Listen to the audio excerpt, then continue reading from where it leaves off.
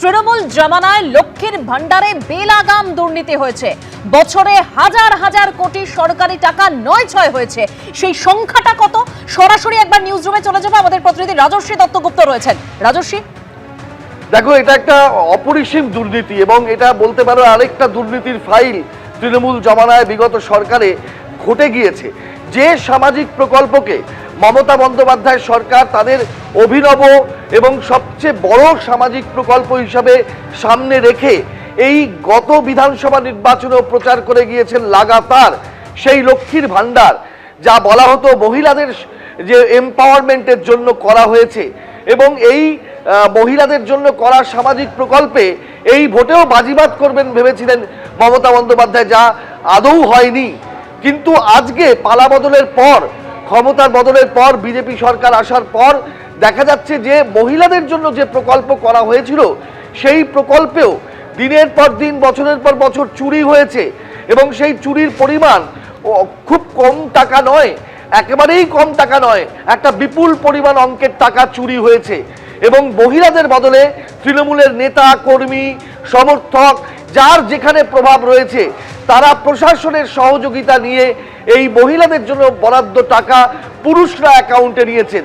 আমি তোমাকে একটা ছোট্ট হিসাব বলি, যেটা গতকাল মুখ্যমন্ত্রী নবান্নে বসে ঘোষণা করেছেন যে এখনো পর্যন্ত যা তদন্তের গতিপথ এগিয়েছে তাতে 30 লক্ষ এরকম ভুয়ো অ্যাকাউন্টের সন্ধান পাওয়া যাচ্ছে, যা মহিলাদের বদলে পুরুষরা এই অ্যাকাউন্টে নিত। যদি যে প্রকল্প মমতা বন্দ্যোপাধ্যায় চালু করেছিলেন, যার ঘোষণা 1000 টাকা থেকে 1500 টাকা করেছিলেন, যে 1500 টাকা করে এবার থেকে লক্ষ্মীর ভান্ডারে টাকা ঢুকবে, মহিলারা পাবেন, যদি 1500 টাকা করে প্রত্যেক মহিলার অ্যাকাউন্টে টাকা যায় এবং 30 লক্ষ সেখানে ভুয়ো অ্যাকাউন্ট হয়, তাহলে সামান্য একটা উদাহরণ দিলে তুমি বুঝতে পারবে, দর্শকরা বুঝতে পারবেন যে মাসে 30 লক্ষ ভুয়ো অ্যাকাউন্টে 1500 টাকা করে ঢুকলে তার পরিমাণ দাঁড়ায় 450 কোটি টাকা, 450 কোটি টাকা।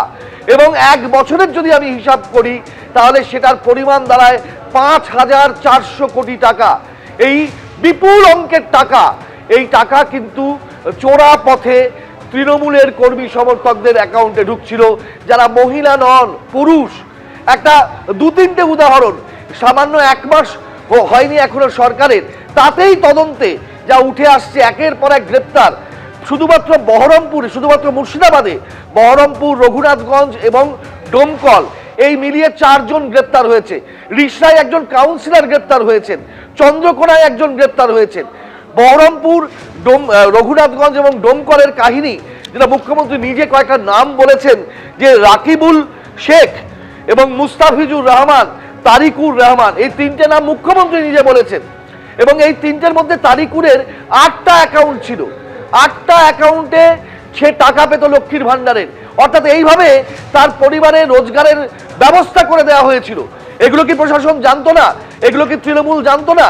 প্রত্যেকটাই জানতো, কারণ সামান্য ক্ষমতার যে মুহূর্তে পালাবদল হয়েছে তাহলে তাদের এই তথ্যগুলো বেরিয়ে আসছে কি করে, তাহলে তারা ধরা পড়ছে কি করে, তাহলে এই বিপুল পরিমাণ অঙ্কের টাকা, যা জনগণের করের টাকা, যা সামাজিক প্রকল্প হিসাবে চালু করা এবং মহিলাদের ক্ষমতায়নের জন্য করেছেন বলে দাবি করা, সেই টাকা পুরুষদের অ্যাকাউন্টে যাচ্ছিল।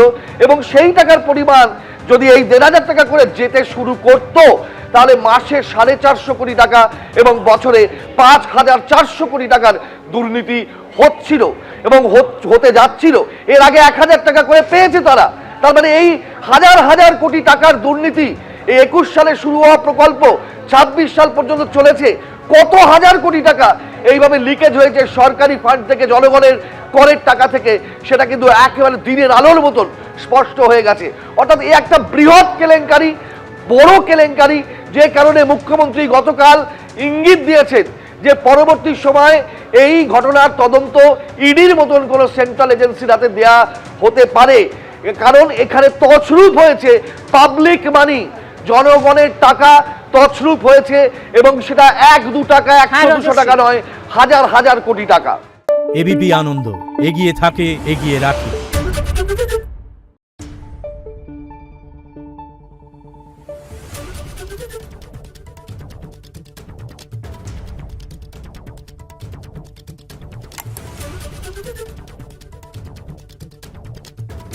Thank you.